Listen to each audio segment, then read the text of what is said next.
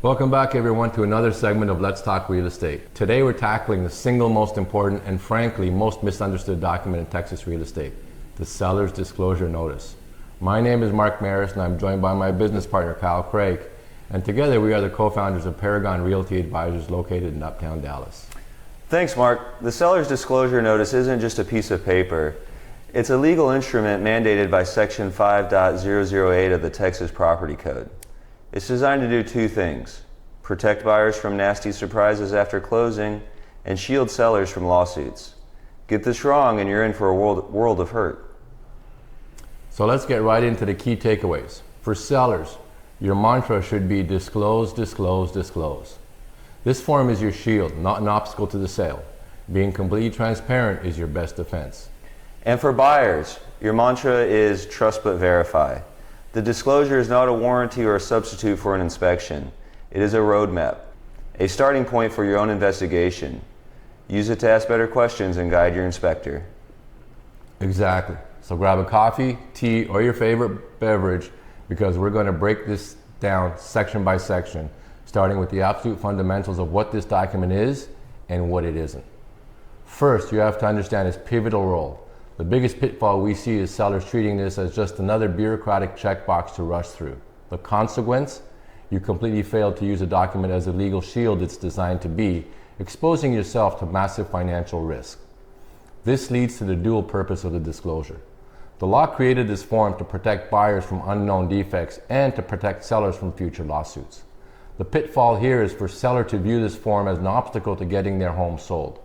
When you see it as an obstacle, you start hiding things. And a consequence of that mindset is that it dramatically increases the chances of post-closing litigation when those hidden things are discovered. So let's be crystal clear about what it is. This notice is a statement of the seller's actual personal knowledge on the specific date it was signed. It's a snapshot in time. The pitfall is forgetting this. The condition of a house can change.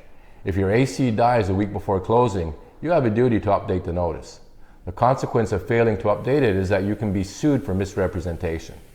Now, just as important is what it is not. This notice is not a warranty or a guarantee of the property's condition. For buyers, the critical pitfall is relying solely on this document and skipping your own professional home inspection. The consequence is devastating. You could buy a property with thousands of dollars in defects that an inspector would have easily found, and you'll have little or no recourse against the seller for those issues they genuinely didn't know about. And this all hinges on the foundational legal standard, which is to the best of the seller's belief and knowledge. This means sellers have only to disclose what they actually know. They don't have to go and hire experts or investigate things. The pitfall is being afraid to mark unknown. If you genuinely don't know the age of the water heater, don't guess. The consequence of guessing wrong is that you've made a misrepresentation. Marking unknown is a perfectly legal and safe answer when it's the truth. Mark, that is a perfect foundation. And now that we know what it is, let's talk about the specific law that governs it. The first thing to get is that this is a statutory mandate. It comes directly from Texas Property Code 5.008. This is not an industry custom or a suggestion. The pitfall is treating compliance as an optional or negotiable. It's not. The consequence is simple. The law has specific penalties, including giving the buyer a free pass to terminate the contract. Now let's talk about the scope of the law. It applies to single-dwelling residential units. Think single-family homes, one side of a duplex or condos. The pitfall is incorrectly assuming it applies to things like commercial property or raw land, or conversely assuming you're exempt when you're not. The consequence of wrongly assuming you're exempt when selling a house is a failure to disclose, which triggers that buyer's termination right we just mentioned. The timing is also legally critical. This is the delivery timeline and buyer's termination right. Sellers must deliver the notice on or before the contract's effective date. The pitfall is being late. The consequence is huge. If you deliver it late, the buyer gets a unilateral 7-day right to terminate the contract for any reason after they receive it. You've just handed all the power to the buyer. The law does have exemptions, and it's important to understand the rationale for these statutory exemptions. The logic is that certain sellers, like a bank after a foreclosure or an executor of an estate, are presumed to lack first-hand personal knowledge of the property. The pitfall is confusing this rationale with the actual legal exemptions. You can't just say I lack knowledge and claim an exemption. The consequence is that if you don't fit into one of these 11 specific statutory categories, you're breaking the law by not providing the notice. And that brings us to a common misconception for investors. Being an investor or never having lived in the property are not statutory exemptions in and of themselves. The pitfall for investors is assuming that they get a pass. They don't. The consequence? An investor who fails to provide a required disclosure gives the buyer that 7-day termination right and opens themselves up to a lawsuit. Excellent points, Kyle. The legal framework is non-negotiable. So now let's get tactical and walk through the actual form most people use, the Texas Realtors TXR 1406. It's designed to be a logical fund. The form structure is intentional. It's built to make it hard to be evasive or inconsistent. So the pitfall for sellers is trying to be slick. Don't. The consequence is that your inconsistent answers will throw up a huge red flags for the buyer and their agent, immediately destroying your credibility. Right at the top, you have the initial disclaimers and seller's occupancy status. This provides critical context. A buyer should not overlook this. The pitfall is giving equal weight to a disclosure from a 20-year resident versus a landlord who has never lived there. The consequence of misjudging that context is that you might misinterpret the reliability and depth of the information provided. Next is Section 1, the property item inventory. This is just a checklist of what's there: range, dishwasher, smoke detectors. It's an inventory, not a condition report. The pitfall for sellers is confusing this checklist with what conveys in the contract. The contract dictates what the buyer gets, not this list. The consequence is a last-minute fight at the closing table over whether the refrigerator was included. But right after the checklist comes a money question. Are you aware of any of these items not being in working condition? This is a disclosure of non-working items. When you answer yes here, the pitfall is giving a vague answer like needs repair. Be specific. Front left burner does not ignite. The consequence of being vague is that it's a red flag for buyers, leading to more questions, delays, and potentially killing the deal. Then we get to the really high stakes part. Section 2, structural component defects. We're talking foundation, roofs, walls. The pitfall here is for sellers anything less than 100% honesty. You must disclose any known cracks, settling, or past repairs. The consequence of hiding a known structural defect is that it becomes the #1 reason for post-sale lawsuits, which can lead to catastrophic financial damages. That's absolutely right, Mark. Those structural issues are where the biggest legal battle happens. Now let me take over for the next section, which act like a cross-examination.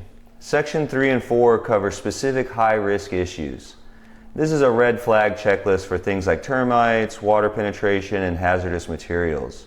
The form is smart. It asks about plumbing systems in Section 1, then specifically asks about previous water penetration here.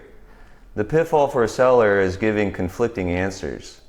The consequence of saying no plumbing defects in one section but admitting to water penetration in another is that you destroy your credibility. It can look like intentional misrepresentation. Then you have Section 5, which covers legal, HOA, and permit issues. This is about legal and administrative matters. The single biggest pitfall here is failing to truthfully disclose work done without the necessary permits. The consequence is severe. Lying about unpermitted work can lead to a fraud claim and leave the buyer with a property that might be unsafe, uninsurable, or difficult to sell in the future. Now all of this hinges on the concept of a material defect. This is the legal threshold for what you must disclose. The pitfall for sellers is using their own personal opinion to decide if something is important. The law doesn't care about your opinion. It uses a reasonable buyer standard. The consequence of ignoring an issue you find minor, but a reasonable buyer would find significant, is that you failed to disclose and can be sued. So what is the legal definition of a material defect? It's an issue that could significantly impact the property's value or pose an unreasonable risk to people. The pitfall is failing to put yourself in the buyer's shoes. You may have gotten used to those cracks in the foundation, but how would a new buyer view them? The consequence is not adopting the buyer-centric view as a direct path to a lawsuit. Let's look at some examples of material versus non-material defects. Material defects are things like a leaky roof, faulty wiring, or foundation issues. Non-material defects are cosmetic, faded paint, worn carpet, things like that. The pitfall is misclassifying something. For example, a cracked tile might seem cosmetic, but if it's a symptom of a foundation problem, you've got a material defect. The consequence of mislabeling the symptom is that you fail to disclose the underlying problem, which can lead to a liability for fraud. This all leads to the subjectivity trap. Sellers are always tempted to classify borderline issues as non-material to avoid scaring off a buyer. This is a huge pitfall. Our guiding principle is always, when in doubt, disclose. The consequence of hiding a borderline issue is that the potential legal cost of a lawsuit will almost always be more than any hit you might take on a sales price by being transparent. That is the best advice anyone can give. When in doubt, disclose. That simple rule would prevent 90% of the horror stories we see. Now, I want to dive into the most common mistakes we see sellers make again and again. These common seller errors often come from fear or misunderstanding, not malice. The pitfall is trying to avoid a bad outcome by omitting information. But the consequence is that when that information is discovered later, it creates a massive breach of trust that either kills the deal or worse, leads to a lawsuit after closing. The number one mistake is the repaired item fallacy. This is a dangerous belief that if you fix the problem, you don't have to disclose it. That is false. The form specifically asks about previous issues. The pitfall is not disclosing at the past event and its repairs. The consequence of failing to disclose a past roof leak, for instance, is a material omission that can get you sued for misrepresentation. The correct way is to say, yes, it leaked in 2021, a licensed roofer fixed it, here's the receipt, that builds trust. Next up is a permit problem. Many people do work without pulling permits. The pitfall is failing to disclose that unpermitted work when the form asks directly. The consequence is that you've handed the buyer a clear basis for a fraud claim because unpermitted work affects safety, insurability, and future value. Then there's the unknown gambit. As we said, unknown is a valid answer, but the pitfall is using it to shield for a willful blindness, pretending you don't know about the giant obvious cracks in your foundation. The consequence is that a court will see that as intentional concealment. You can't ignore obvious evidence and then claim ignorance. Another big one is forgetting past reports and claims. The pitfall is forgetting or intentionally omitting past insurance claims you filed. Don't do it. The consequence is that the buyer's agent will likely pull a clue report during due diligence. When your undisclosed claims will show up, your credibility is shot, the deal will likely fall apart. And finally, sellers often overlook intermittent issues.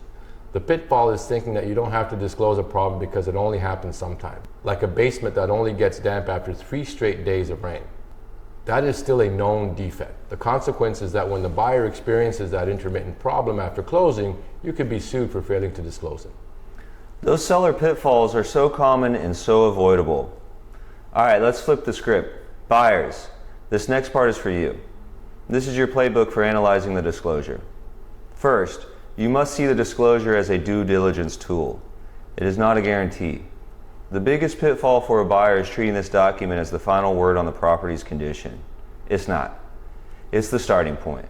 The consequence of relying on it blindly is that you could buy a home with massive, costly defects. As soon as you get it, your first step is to review it with professionals. Sit down with your agent. If there are complex issues mentioned, foundation repairs, lawsuits, talk to a real estate attorney. The pitfall is trying to interpret it all yourself. The consequence is that you might miss subtle red flags or fail to understand the legal implications of what the seller has disclosed. You need to learn how to spot the red flags.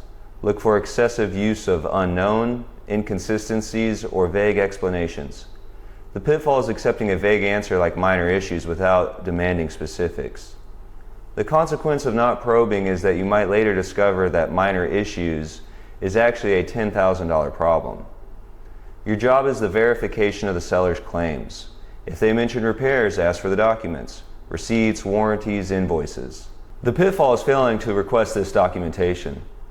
The consequence is that you have no proof of the repair's quality, and you might lose out on a transferable warranty that could have saved you money later. Now, for the most effective way to use this document, use it to guide the home inspection. This is critical. The pitfall is not giving a copy of the disclosure to your inspector before they start.